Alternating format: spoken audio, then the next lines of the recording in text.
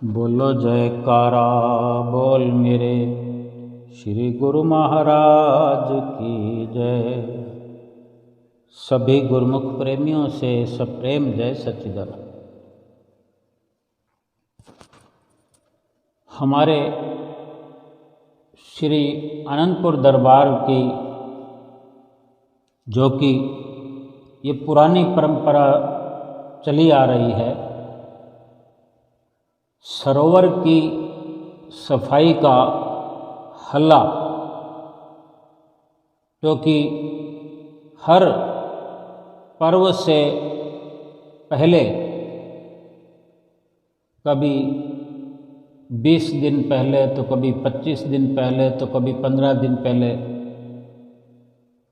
श्री मौज के अनुसार हुआ करता है।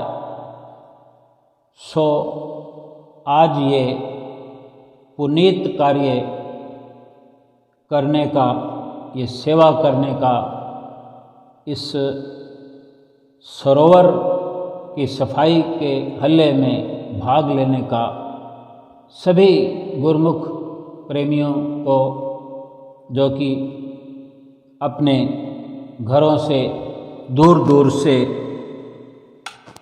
इस पर्व को मनाने के लिए आए हैं।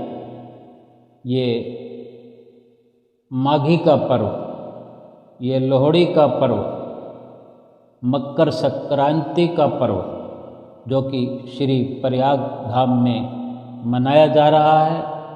हमारे हजूर श्री सतगुरु दाता दयाल महाराज जी, श्री छठी पातशाही जी श्री प्रयाग धाम में 19 दिसंबर से विराजमान हैं। रोज संगतों को सुअवसर प्राप्त हो रहा है श्री दर्शनों का, सत्संग का। ऐसा नहीं है कि सत्संग यहाँ आए बिना नहीं सुना जा सकता, नहीं किया जा सकता। सत्संग तो कहीं भी किया जा सकता है, और सत्संग का जो मतलब है वो गुरुमुख प्रेमी बड़ी अच्छी प्रकार से जानते हैं कि सत्य का संग करना ही सत्संग कहलाता है। फिर भी जो सतचित आनंद स्वरूप परमात्मा हमारे नैना अभिराम श्री परमहंस अवतार श्री छठी पातशाही जी के रूप में हमारे सन्मुख विराजमान है। अगर सत्संग के साथ साथ सत्य स्वरूप सत्य चित्त आनंद के बाहरी रूप से भी साथ में दर्शन हो रहे हों, सत्य का संग करने का अवसर प्राप्त हो, गुरुमुख प्रेमियों के बीच में बैठकर कितने ही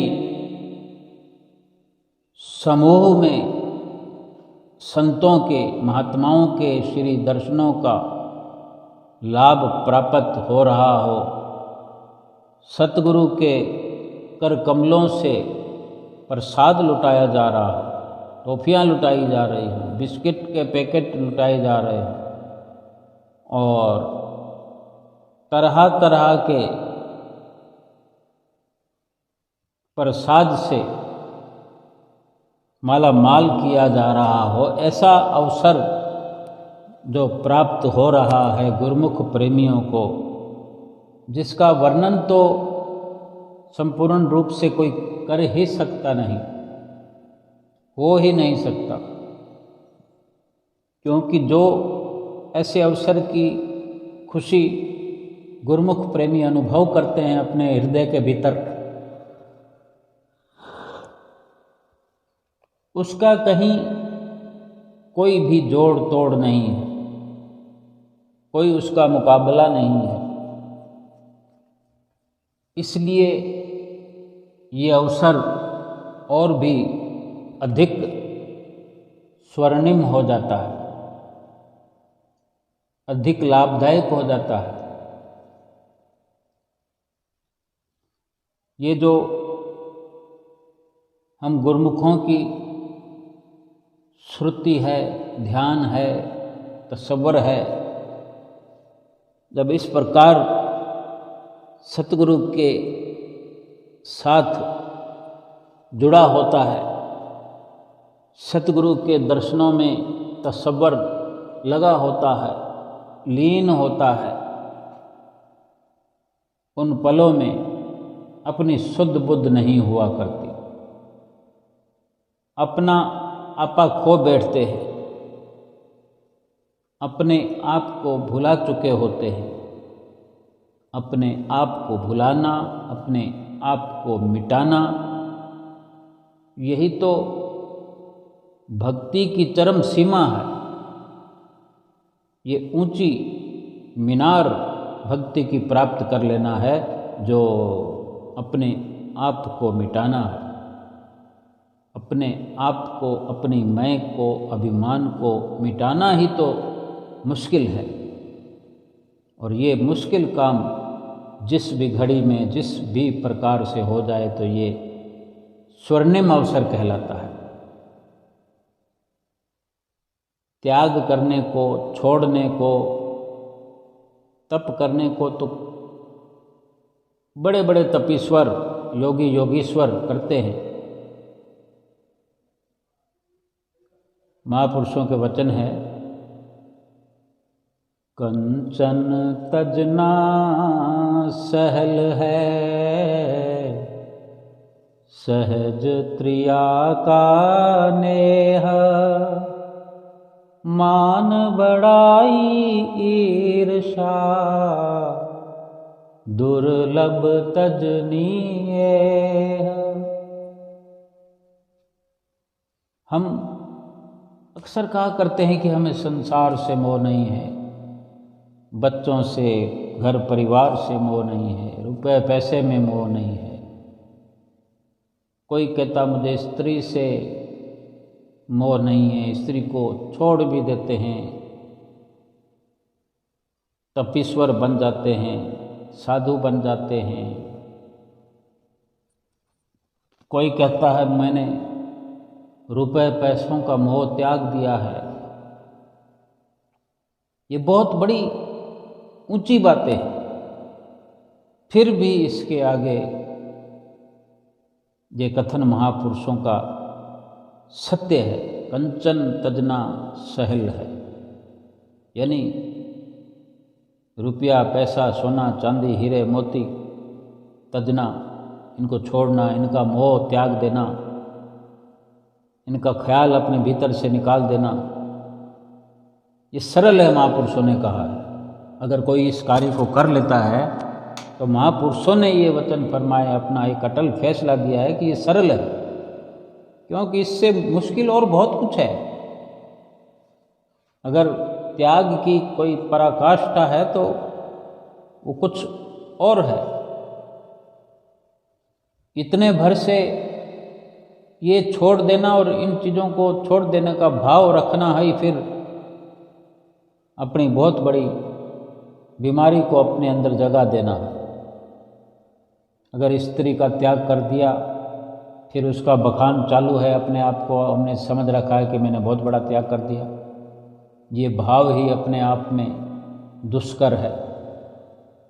हीरे मोतियों का त्याग कर दिया, फिर उसी का भान हम अपने भीतर, विचार अपने भीतर लिए हुए कि हमने ये छोड़ दिया है। तो छोड़ कहाँ दिया है? छोड़ उस चीज़ को दिया जाता है फिर जिसका जिक्र ने, जिसको छोड़ दिया, बाहर से छोड़ दिया तो भीतर में पकड़ रखा है।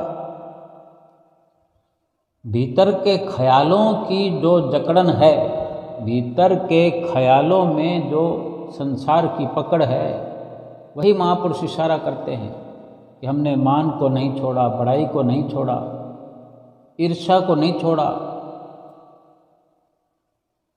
तो फिर कुछ भी नहीं छोड़ा। स्त्री को ना छोड़े, भजन भक्ति करें, ज़्यादा लाभ प्राप्त होगा। अगर छोड़ना है तो वो भाव फिर, वो ख्याल फिर छोड़े जाने वाला रहना नहीं चाहिए। और अगर मुकम्मल छोड़ दिया, चलो रुपए पैसों का भी हमने मुकम्मल त्याग कर दिया, फिर कभी ख्याल भी हमें नहीं आता है। लेकिन मान बढ़ाई, ईर्ष्या, किसी से हमें जलन है, बहुत ऊंचे ओहदे पर हैं, भक्ति की राह पर एक ऊंचे ओहदे पर अब अगर हम चल रहे हैं और किसी से जलन है, मन में कोई ईर्ष्या है कि उसको लोग ज़्यादा हाथ जोड़ते हैं, माथा टेकते हैं, हमें कम लोग माथा टेकते हैं, पदवी दोनों की एक जैसी है, इस प्रकार की फिर ईर्ष्या हो जाए किसी से, तो फिर क्या तजा, त्याग क्या किया? फिर बाहर से त्याग दिया लेकिन भीतर में वही पकड़ बनी हुई है, अंदर से अंदर खोखला हमें वो ईर्ष्या कर रही है दीमक की तरह। मान बढ़ाई, बढ़ाई का भाव कि मेरी बढ़ाई हो, बढ़ाई सुनना अच्छा लगता है, एक आम दुनियादार को भी अच्छा लगता है, और एक भक्तिवान इंसान भी अगर बढ़ाई का भूखा है, मान सम्मान का भूखा है, तो फिर क्या फर्क हुआ? फिर त्याग क्या किया? मुश्किल जो है वो यही है कि मान बढ़ाई, ईर्ष्या, इनको तजना मुश्किल है। जो भी अवसर वक़्त के संत सतगुरु प्रदान करते हैं, कर रहे हैं, अभी जो इन दिनों में श्री सतगुरुदेव महाराज जी, हुजूर छठी पातशाही गुरु महाराज जी अपने गुरुमुख प्रेमियों के बीच में बैठ कर के जो भक्ति का झरना बहा रहे हैं, भक्ति का अमृत जन जन को पिला रहे हैं, हर गुरुमुखों को यह अवसर प्रदान कर रहे हैं, तो इसके माध्यम से गुरुमुख प्रेमियों को लाभान्वित होना चाहिए, क्योंकि ये अवसर बार बार नहीं मिलते। और वास्तविकता यही होती है कि जब कुछ छोड़ने की बात आती है, त्याग करने की बात आती है, तो त्याग करना ये होता है कि अपने मन चित्त से, अपने भीतर से अपनी एक मजबूती बनाना, धन को छोड़ने से नहीं, धन से दूर जाने से नहीं, बल्कि उसी धन के बीच में रहकर धन का ख्याल निकाल देना, हमारे अपने अंदर से उसका मोह निकाल देना। जहाँ स्त्री की बात आती है, सहज त्रिया का ने, वो भी वहीं साथ रह करके, दूर न भाग करके, किसी भी प्रकार की उलझने मुश्किलें हैं उनको सहन करते हुए, और प्रयास ये करें कि साथ साथ चलकर भक्ति का रास्ता अपनाकर भक्ति को प्राप्त किया जा सकता है। लेकिन फिर भी स्थिति अगर कोई ऐसी बनती है तो अपने भीतर से अपनी इस कमजोरी को निकालना होता है। और जो सबसे बड़ी कमजोरियां हैं, मान बढ़ाई, ईर्ष्या, इनको तजने का प्रयास इस भाव से हो कि किसी से मुकाबला नहीं करना,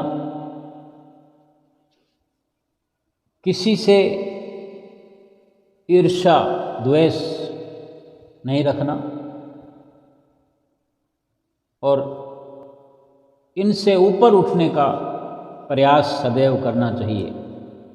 और यही सब लाभ होता है सतगुरु के आमने सामने बैठकर जब जिस वक़्त अपने आप को भुला दिया जाता है। वो घड़ियाँ ऐसी होती है, वो प्रताप सतगुरु के दर्शनों का ऐसा होता है कि हम बावड़े हो जाते हैं, एक प्रकार से पगला जाते हैं कि जो दो देखते हैं सतगुरु की कार्रवाई। सतगुरु ने हमारे लिए ये इतने आडंबर बनाए हैं, किस लिए? खो जाने के लिए बनाए हैं कि उनमें खो जाएंगे तो दुनिया से सुरती मुकम्मल हट जाएगी, अपने शरीर से अपनी स्वयं की चित्तवृत्ति हट जाएगी। सो दर्शन हाल में बैठे गुरुमुख प्रेमी, कोई टेढ़ा होकर बैठा है, कोई गर्दन नीचे गिरा कर बैठा है, टेढ़ी करके बैठा है, लेकिन उसका ध्यान सतगुरु के आसपास है। किसको क्या दे रहे हैं, कौन क्या उपहार लाया है, कौन क्या मांग रहा है। कोई ऊपर खड़े हाथ करके हाथ जोड़ रहा है, कोई अपने हाथों को लंबा करके सामने हाथ जोड़ रहा है, अपने श्री गुरु महाराज जी को दिखा रहा है। कोई महात्मा जनों से विनती कर रहे हैं, कोई अपने साथ कई प्रकार के उपहार लाकर सतगुरु की नज़र उन उपहारों की तरफ करना चाहते हैं। जो भी कार्रवाई करते हैं, लेकिन वो अपने से तो ध्यान उनका हट ही जाता है। अपनी ही चित्तवृत्तियाँ अपने शरीर से हर प्रकार से हट जाती है। ये कितना बड़ा लाभ जीवन में। न उस वक़्त मान होता है, न बड़ाई होती है, न ईर्ष्या होती है। ये बड़ा सुंदर लाभ सतगुरु की हजूरी में बैठकर श्री दर्शन करने का, सतगुरु की हजूरी में कुछ समय, कुछ दिन, कुछ महीने रहने का जो अवसर मिलता है, ये बहुत बड़ा दुर्लभ ये अवसर होता है। ज़बरदस्त प्रारब्ध जो हम साथ में लेके आए हैं, उसी के प्रभाव से ही कि जो हम करके आए हैं पिछले जन्मों में, उसी के फलस्वरूप ऐसे अवसर मिलते हैं। और फिर ऐसे अवसर मिलने पर कहीं पहले से लाखों करोड़ों गुना बढ़कर प्रभाव वाला जो हम इस प्रकार बार बार अवसर प्राप्त करके, जो थोड़े लम्हे, थोड़े क्षण, थोड़े मिनट, सेकंड या घंटे, थोड़े करके इस प्रकार से अपनी सुरती को अपनी ओर से, अपने शरीर की ओर से जो सुरती को सतगुरु के चरणों में लगाते हैं, भक्ति में लगाते हैं, तो ये थोड़े थोड़े पल मिलकर एकत्र होकर आगे हमारे निकट भविष्य में, परलोक में हमारा मुख उज्ज्वल करते हैं। फिर आगे की जो कार्रवाई होती है वो तो हम रात दिन सुनते हैं। सत्संग में जहाँ भी सुना जाता है, कहीं भी दुनिया में, रामायण में सत्संग हो रहा हो, महाभारत में हो रहा हो, बाइबल में हो रहा हो, गुरबाणी में हो रहा हो, केवल एक ही इशारा है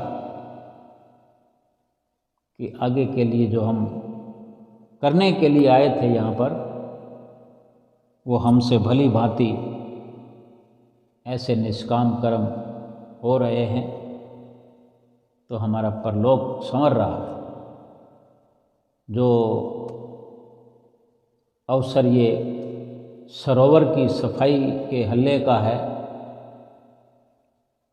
इसको हम किस नज़रिए से देखते हैं? देखो, कल संध्या वेले श्री आरती के पश्चात जब मौन ध्यान संपूर्ण हुआ तो श्री गुरु महाराज जी की मौज से, उनके आदेश से आदरणीय महात्मा जी ने अनाउंस किया माइक में कि कल सरोवर की सफाई का हल्ला है। सभी गुरुमुख प्रेमी श्री आरती के पश्चात श्री प्रयाग सरोवर में पहुंच करके इस सेवा का लाभ प्राप्त करें और सुबह का नाश्ता जो लंगर में किया करते हैं, फिर वो सरोवर की सेवा पर ही आदर भाव से सबको कराया जाता है हमेशा। और ये संदेश भी प्राप्त हुआ कि सुबह का नाश्ता वहीं पर होगा, गर्मा गर्म चाय भी वहीं पर होगी। अब आज फिर ये सब कुछ जो हल्ला हो रहा है, सेवा चल रही है, श्री गुरु महाराज जी भी आएंगे और सबको दर्शन देकर कृतार्थ करेंगे। जब श्री गुरु महाराज जी आते हैं, जैसे कि आज आएंगे, अभी हल्ला शुरू हुआ है और धीरे धीरे फिर ये कार्य प्रगति पर होगा। और श्री गुरु महाराज जी आएंगे तो श्री कार फिर परिक्रमा करती है, क्योंकि सरोवर के एक भाग में भक्तानियाँ और बाहर से आई हुई संगत की भक्तानियाँ और भाईजन, वो सब इस हल्ले की सेवा में शामिल होते हैं।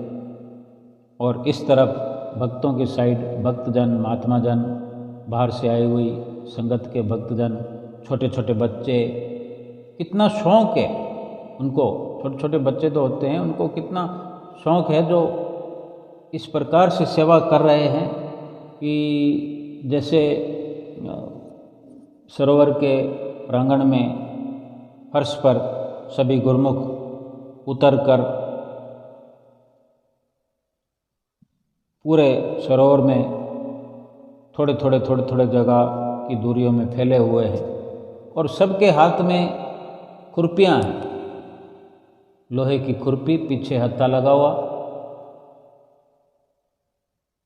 एक अपने घर में कुंडी साफ करनी हो तो बरसों लग जाते हैं, चलाते रहते हैं। और यहाँ देखो, श्री आनंदपुर में श्री आनंद सर की सफाई का हल्ला हो या श्री प्रयाग धाम में श्री प्रयाग सरोवर की सफाई का हल्ला हो, हर पर्व पर ये चलता है हल्ला। और हर पर्व पर, हर त्यौहार से पहले ये सरोवर की सफाई की जाती है, फिर नया पानी भरा जाता है। श्री प्रयाग सरोवर तो जिसका आकार छोटा है, फर्श छोटा है, क्योंकि एक निश्चित रूप में बना हुआ है। और श्री आनंद सरोवर का जो नक्शा है वो बहुत बड़ा है, क्योंकि मंदिरों के बाहर घेरा बना हुआ है श्री सरोवर का। तो वहाँ बेशक जितना एरिया ज़रूरत होता है संगतों के नहाने के लिए, प्रवेश करने के लिए, उतना सफाई किया जाता है। और यहाँ श्री प्रयाग सरोवर में पूरा सरोवर सफाई किया जाता है। और पूरे सरोवर में जो खुरच के नीचे से जो काई जम जाती है, पहले सारे पानी को कुछ दिन पहले निकाल दिया जाता है और पानी निकलने के साथ फिर उसको सूखने दिया जाता है और सूख जाता है। फिर वो खुरचन थोड़ी आसानी से होती है और फिर पानी तो भर ही दिया जाता है बाद में सफाई के लिए। खुरचने के बाद पानी तो चाहिए होता है। पहले वो सूखी जो काई वगैरह हो चुकी होती तो उसको सबके हाथ में कोई छोटी खुरपियाँ हैं, किसी के बड़ी खुरपियाँ हैं, कोई खड़े होकर खुरच रहा है, कोई बैठकर छोटी खुरपी से। छोटे छोटे बच्चों को भी स्वाद आता है, वो आनंद आता है कि साथ में मस्तियाँ करते हैं, बच्चे खेलते हैं और सेवा भी करते हैं, सेवा का लाभ प्राप्त करते हैं। इस श्री गुरु महाराज जी ने एक कुछ ऐसी कृष्णमयी सेवा बनाई है जो आज से नहीं, जुगाद से चली आ रही है। हर युग में इस प्रकार की सेवाएं हुआ करती हैं। अब हम किस नज़रिए से देखते हैं, क्या महसूस करते हैं, क्या अपने भीतर में सोचते हैं, विचारते हैं। लेकिन एक पहलू ये भी है सफाई का कि हम क्या साफ कर रहे हैं। इधर बाहर धरती पर ये मैल हटा रहे हैं। और सेवा का दूसरा पहलू कहीं ना कहीं हमारे मन से भी ये मैल, मन पर जो काई जन्म जन्मांतरों से लगी है, चिपकी है, वो अपने आप उतर रही है। उतारने से संभव नहीं होता, क्योंकि उतारना हमें आता नहीं है। ये मन की मैल उतारने का भी एक जरिया है। हर प्रकार की सेवा से ये संभव है, लेकिन ये विशेष सेवा का ये भी हम अगर अपना ऐसा भाव बनाते हैं और ये ख्याल रखें, जो हम खुरच रहे हैं, यहाँ सभी गुरुमुख प्रेमी अभी लगे हुए हैं, चाहें या ना चाहें, जाने या अनजाने, लेकिन ये प्रभाव तो मन पर पहुँच रहा है, अभी का अभी पहुँच रहा है। क्योंकि सेवा का भाव ही, सेवा के भाव से ही सेवा का लाभ प्राप्त हो जाता है। तो फिर ये सेवा जो करी जा रही है, सब अपने कपड़ों का ख्याल हटाते हुए, अपने आप को उसी सफाई में गंदा फंदा करके, अपने आप को मेला कुचेला करके, जहाँ संत महापुरुषों के चरण पड़ते हैं, उस जगह की जो धूल उलट पुलट होती है, हम जो खुर्च खुर्च के कर रहे हैं, और वो हमारे कपड़ों पर छींटे पड़ते हैं, हमारे शरीर पर छींटे पड़ते हैं। हमें वो सेवा के माध्यम से संतों महापुरुषों के चरणों की रज जो है हमारे कपड़ों पर गिरकर, हमारे शरीर पर गिरकर हमें निहाल कर रही है। चाहे हम इस बात को समझें, जानते हों या ना जानते हों, लेकिन इतना तो जानते हैं कि सेवा करने के लिए हम आए हैं यहाँ पर श्री प्रयाग धाम में, और फिर प्रयाग धाम से इस सरोवर में आप पहुँचे हैं श्री आज्ञा से, तो आज्ञा मान ली, सेवा कर ली, श्री दर्शन कर लिए, श्री सरोवर पर ही श्री गुरु महाराज जी के दर्शन भी हो गए। आरती पूजा तो सुबह सुबह करके आए हैं, आरती पूजा हो गई, सेवा चल रही है, दर्शन श्री गुरु महाराज जी ने देने ही देने हैं।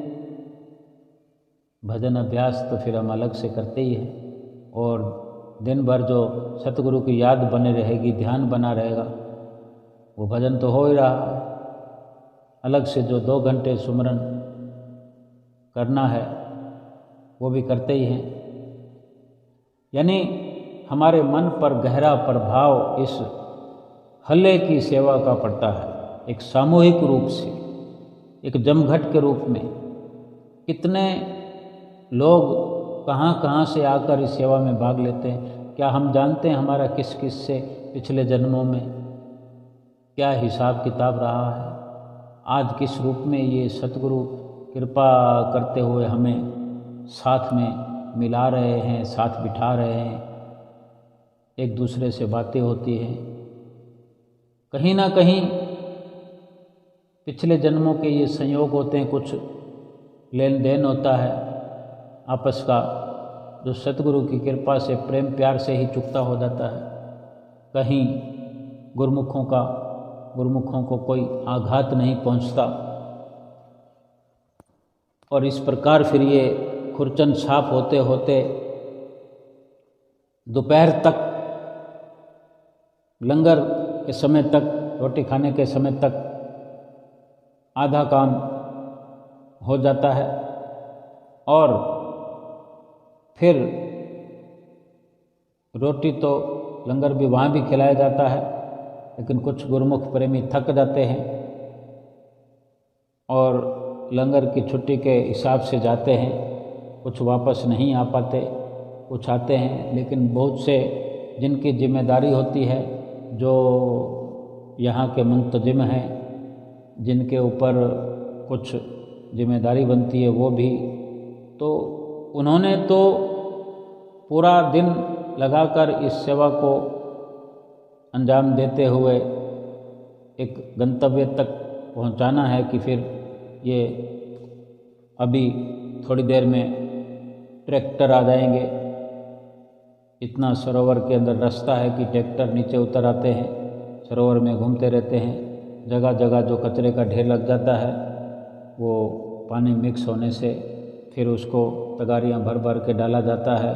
इधर खुरचन हो रही है, फिर इधर पानी फैला दिया जाता है, पानी में फिर खुरपियाँ चलाई जाती है, फिर वो जो कचरा इकट्ठा हो जाता है वो ट्रैक्टर भर भर के बाहर ले जाते हुए दिख रहे हैं। ये ट्रैक्टर जा रहे हैं भर भर के, इधर भी और उधर भक्तानियों की साइड में भी ज़ोर ज़ोर से आवाज़ें आ रही होती है, कभी कोई जयकारे बुलाने लग जाते हैं। और जब श्री गुरु महाराज जी आएंगे तो सब के सब गुरुमुख प्रेमी ज़ोर ज़ोर से जयकारे लगाएंगे।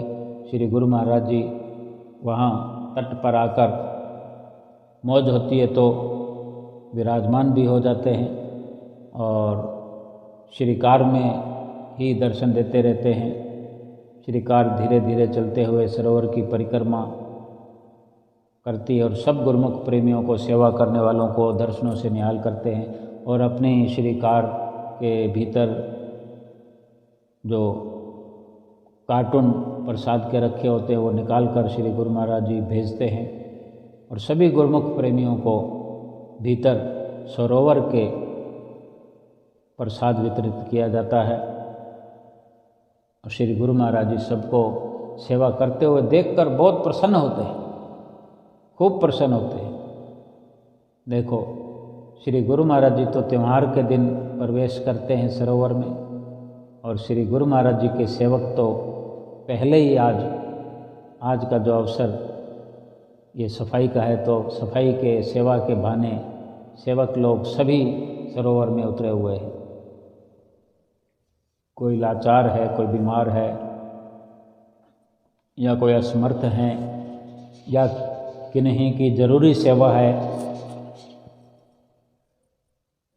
जिसको नहीं छोड़ा जा सकता, वो अपनी अपनी सेवा पर लगे होते हैं। उन्हें छूट होती है क्योंकि सारी तरफ सेवा का कार्य चलाना ही होता है। ये फिर ट्रैक्टर निकाल के कचरे के बाहर फेंक कर आते हैं और फिर अच्छी तरह से सारी खुरचन हो जाती है तो फिर तट पर सफ़ेदी की जाती है।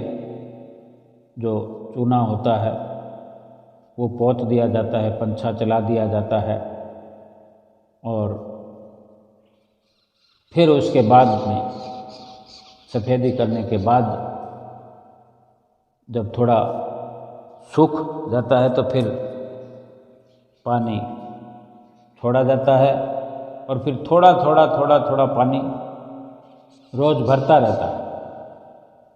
और फिर जिस दिन स्नान का पर्व होगा, स्नान श्री गुरु महाराज जी सरोवर में करेंगे, उस दिन तक निश्चित रूप से पानी भर दिया जाता है। लगभग 3.5 फुट गहराई का पानी उस दिन कर दिया जाता है कि हर छोटा बड़ा आसानी से नहा सके। और उस दिन भी क्या नज़ारा होता है सुबह सवेरे का। और ये हम विचार करें कि ऐसी रचना रचाई है सरोवर की कि सफाई करने का भी अवसर मिलता है। फिर सफाई करने के पश्चात जब बिल्कुल ताज़ा पानी भरा जाता है, साफ सुथरे पानी के अंदर नहाने का भी अवसर प्राप्त होता है। गुरुमुख कितने भाग्यशाली हैं जो अभी इन दिनों श्री गुरु महाराज जी के श्री दर्शनों के लिए आए हुए गुरुमुख प्रेमी दूर दूर से सेवा के भाव से, श्री दर्शनों के भाव से और रोज नित्य नवा सत्संग श्रवण करने का अवसर प्राप्त होता है। रोज के रोज नित्य नए गुरुमुख प्रेमी आते हैं। जब सब श्री दर्शन हाल में माथा टेक रहे होते हैं, अभी जैसे छोटे दर्शन हाल में ये सब प्रोग्राम चलता है रोज़ और कुछ दिन तक और चलेगा छोटे दर्शन हाल में ही, तो और फिर जब बड़े में चलेगा तो भी माथा टेकने वाले तो रेलिंगों में माथा टेकते हैं। तो माथा टेकने वाले जब लाइनों में लगते हैं तो गुरुमुख प्रेमी बैठे हुए कभी श्री गुरु महाराज जी के श्री दर्शन करते हैं, कभी लाइनों की तरफ देखते हैं क्योंकि नए नए लोगों को देखने का अवसर मिलता है। फिर वो गुरुमुख प्रेमियों के हाथों में कई प्रकार के उपहार देखते हैं। कहीं नज़र टिक जाती है कि कोई विशेष वस्तु लाया है, क्योंकि श्री गुरु महाराज जी के प्रेमी जो हैं, भक्त जो हैं, सेवक जो हैं, कोई कम नहीं है। चाहे कोई गरीब है, कोई अमीर है, लेकिन कम कोई भी नहीं है। गुरु महाराज जी के लिए चाहे कोई पुष्प भी लेकर आता है तो गुरुमुख प्रेमी वहाँ बैठे हुए देखते रहते हैं कि उसके साथ क्या होगा, वो गुरुमुख क्या विनती करेगा, वो क्या लाया है, कोई विशेष चीज़ लाया है, फिर वहाँ पर क्या होता है। अभी कल एक कोई गुरुमुख प्रेमी एक बड़ी सुंदर सी कार भेंटा करने के लिए लाए हाथों में, जो कोई 1.5 फुट 2 फुट की थी, और एक प्लेट के ऊपर जैसे कोई तस्तरी होती है उसके ऊपर कार रखी हुई, और उसको थोड़ी लाइटें भी जगमग कर रही थी। तो अब ऐसी चीज़ देखकर ख्याल वहाँ जुड़ जाता है, तो फिर उसी को देखते रहते हैं कि ये कार गुरु महाराज जी के पास जाएगी, गुरु महाराज जी क्या करते हैं। वो कार गुरु महाराज जी ने देख ली, फिर वो साइड में होकर के पीछे जाने लगी, तो गुरु महाराज ने इशारा किया, ये कार जो लाए हैं उनको वापस दे दो, अपने घर में मंदिर में जाके सजाओ। तो अब देखो, हम कहते हैं जब भगवान को मत्था टेक रहे होते हैं या कोई भेंटा पूजा कर रहे हो, तो ये आरती में एक गायन हम करते हैं अक्सर कि तेरा तुझको अर्पण क्या लागे मेरा, ओम जय जगदीश हरे, स्वामी जय जगदीश हरे। ये जग को तरारने वाले, सबके दुखड़े मिटाने वाले, मेरे पास तो कुछ भी नहीं है, तेरा ही दिया हुआ है, तुझे अर्पण। और हमारे श्री गुरु महाराज जी देखो ऐसे जो गिफ्ट लेकर आते हैं, गुरु महाराज जी उनको वापस दे रहे हैं, वो वापस दे देते हैं कि तेरा तुझको अर्पण, तू लाया है तू ही रख, हमने स्वीकार कर लिया, अब हमारी तरफ से तू ले जा अपने घर में रख। कितने खुश होते होंगे। देखो, हमने एक प्रकार से श्री गुरु महाराज जी ने उसको तोहफा दिया, प्रसाद में दिया, वो तो ला चुका था, वो इसलिए तो नहीं लाया कि मैं गुरु महाराज जी के पास ले जाऊं और मुझे वापस तो मिल ही जाएगा। लेकिन ये गुरु महाराज जी की मौज है कि वो अपने प्रेमियों को जाने कितनी खुशियां प्रदान करना चाहते हैं। और सभी की नज़रें कभी गुरु महाराज जी को देखते हैं, कभी भक्तों की तरफ देखते हैं, कभी महात्माओं की तरफ देखते हैं। सबको सब काम में लगे होते हैं। कितने महात्मा खड़े होते हैं, कोई 20-25 महात्मा श्री गुरु महाराज जी के इर्द गिर्द खड़े होते हैं, सेवा कार्य में लगे हुए। किसी को कोई ख्याल नहीं है, अपनी कोई सोच ही नहीं है। जो बैठे हुए दर्शन कर रहे हैं वो भी बावड़े हुए, कभी श्री गुरु महाराज जी को देखते हैं, कभी महात्मा जनों को देखते हैं कि किस किस को क्या क्या प्रसाद देना है, क्या गिफ्ट देना है, कौन क्या लाया है, कौन क्या विनती कर रहा है श्री गुरु महाराज जी को। तो सब अपने अपने, जितने भी महात्मा हैं, सब अपनी अपनी ड्यूटी में होते हैं। उनके कान लगे होते हैं कि वो कहने वाला क्या कह रहा है, मांगने वाला क्या मांग रहा है, वो विनती आगे पहुँचानी है, किसको क्या प्रसाद देना है, किसको कितना। एक बड़ा ये भक्ति का सिलसिला श्री गुरु महाराज जी ने चला रखा है कि ना तो कोई और है, ना छोर है, ना आदि है, ना अंत है, कुछ दिखता ही नहीं है। ये सिलसिला थमने वाला नहीं है, युग युगांतरों तक चलने वाला है। हम स्वयं विचार करें कि कभी कभी ऐसा सोचते होंगे कि ये क्या है, ये क्या हो रहा है,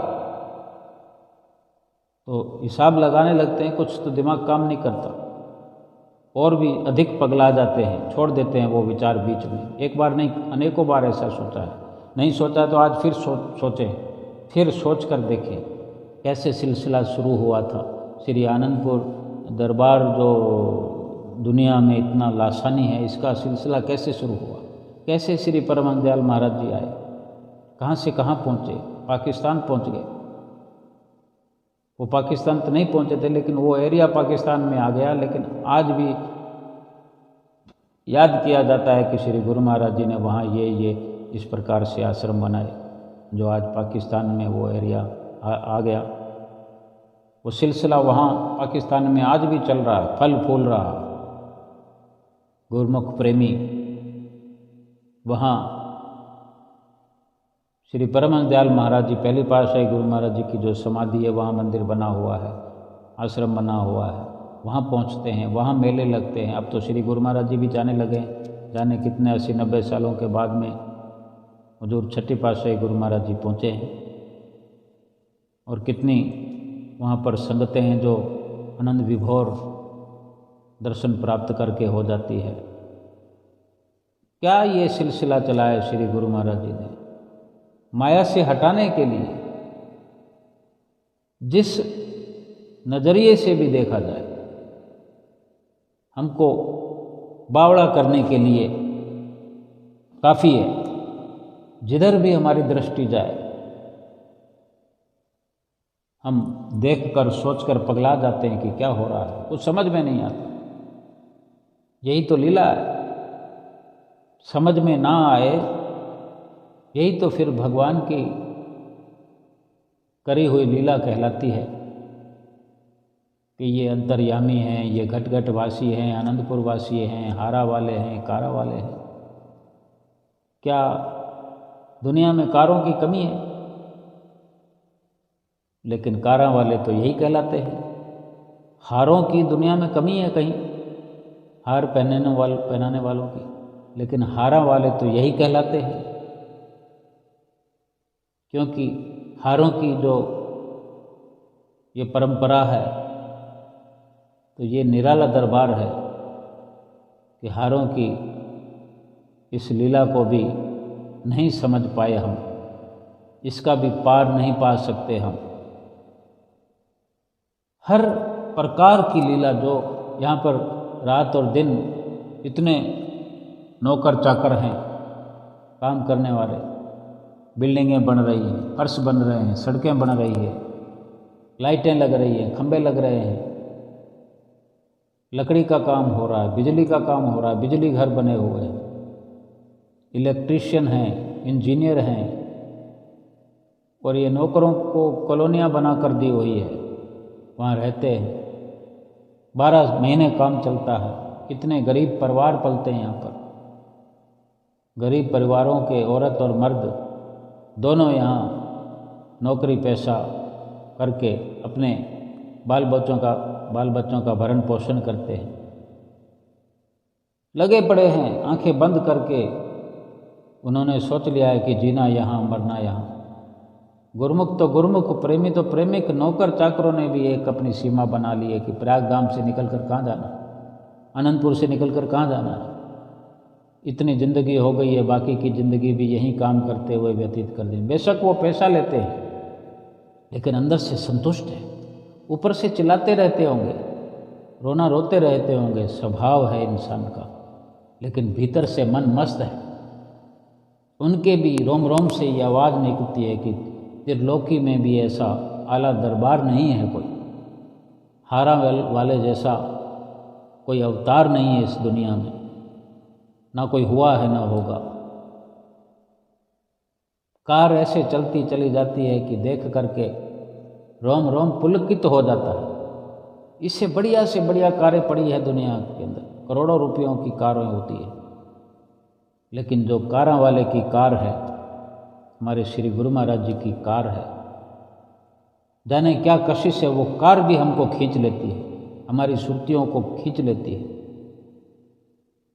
वो कार भी, श्री कार के दर्शन करने से भी हम अपनी सुध बुध खो देते हैं। जड़ वस्तु है वो।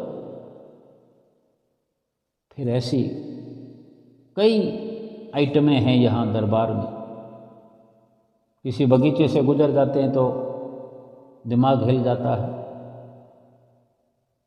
ऐसे लगता है कहीं बैकुंठ में आ गए। यानी हम समझ ही नहीं पाते हैं। और ये अब जो आज सरोवर का हल्ला